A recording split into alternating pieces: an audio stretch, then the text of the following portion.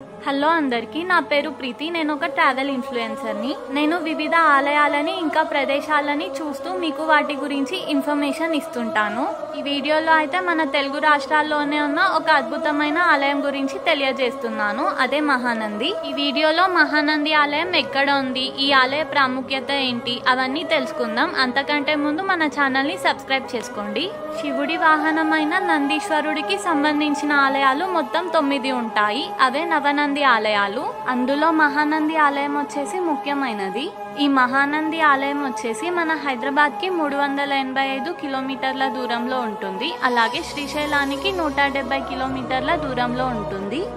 ఈ ఆలయం వచ్చేసి నంద్యాల జిల్లా మహానంది అనే గ్రామంలో ఉంటుంది. ఈ మహానంది ఆలయాన్ని 1500 సంవత్సరాల క్రితం ద్రావిడ శైలిలో బదామి చాళుక్యులు నిర్మించారట. ఈ ఆలయంలో మొత్తం 3 పుష్కరిణీలు ఉంటాయి. అవి వచ్చేసి రుద్రగుండం, బ్రహ్మగుండం, విష్ణుగుండం. అలా ఆలయం లోపలికి వెళ్ళగానే మనకి కూర్చోడానికి 2 వైపులా ప్లేస్ ఉంటుంది. ఈ ఆలయ విశిష్టత ఏమిటంటే, శివుడి వాహనమైన నందీశ్వరుడు శివుడి కోసం తపస్సు చేయగా ఆ పరమశివుడే స్వయంభూగా పుట్ట రూపంలో ఇక్కడ వెలిసారట. అలాగే ఇక్కడ శివలింగం కొంత భాగం నీటిలోనే ఉంటుంది.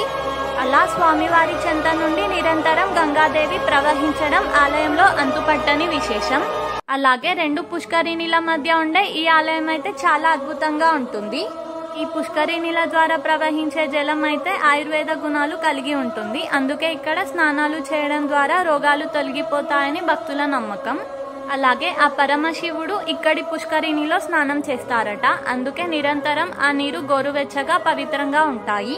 అంతేకాకుండా ఇక్కడి శివలింగాన్ని మనం స్పర్శ దర్శనం కూడా చేసుకోవచ్చు. స్పర్శ దర్శనం టికెట్ ధర వచ్చేసి 150 రూపాయలు. మేమైతే స్పర్శ దర్శనం చేసుకున్నాము. మాకైతే చాలా మంచి అనుభూతి కలిగింది. అలాగే ఆలయంలో మనం సీతారాముల వారిని, ఆంజనేయ స్వామిని, ఇలా వివిధ దేవతామూర్తులని దర్శించుకోవచ్చు.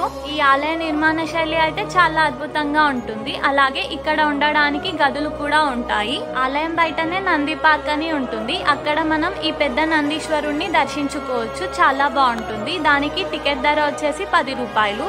అలాగే మీరు నవనంది ఆలయాల్లో మిగతా 8 ఆలయాలను దర్శించుకోవాలనుకుంటే మహానందికి 15 కిలోమీటర్ల దూరంలోనే ఉంటాయి. దానికి మీరు ఆటో మాట్లాడుకొని మిగతా 8 ఆలయాలని దర్శించుకోవచ్చు. కాబట్టి మీరు ఈసారి శ్రీశైలం వెళితే ఈ ఆలయాన్ని తప్పకుండా దర్శించుకోండి.